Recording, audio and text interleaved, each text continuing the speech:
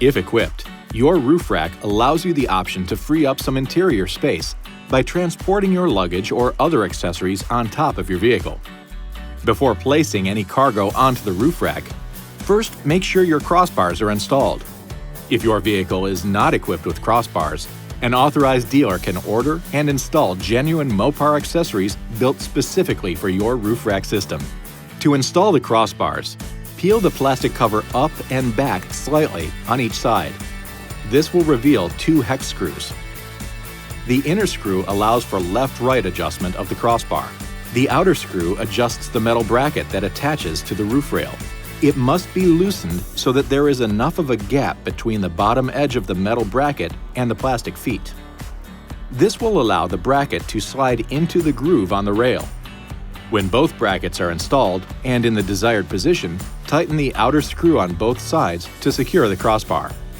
Once your crossbars are in place and fully secured, you can install an optional luggage carrier, bike rack, or other accessory as long as it's compatible and approved for use with your vehicle.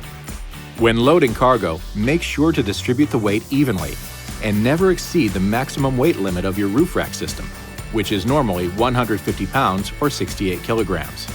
It's also worth noting that the roof rack does not increase the total load carrying capacity of the vehicle, so be mindful of everything you're transporting, both outside and in.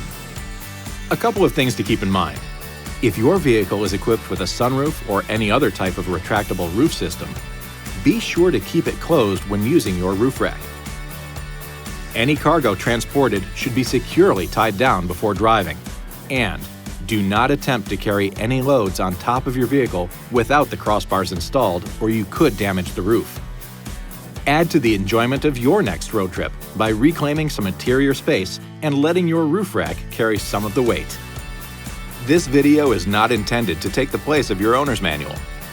For complete details and other important safety information, please see your owner's information.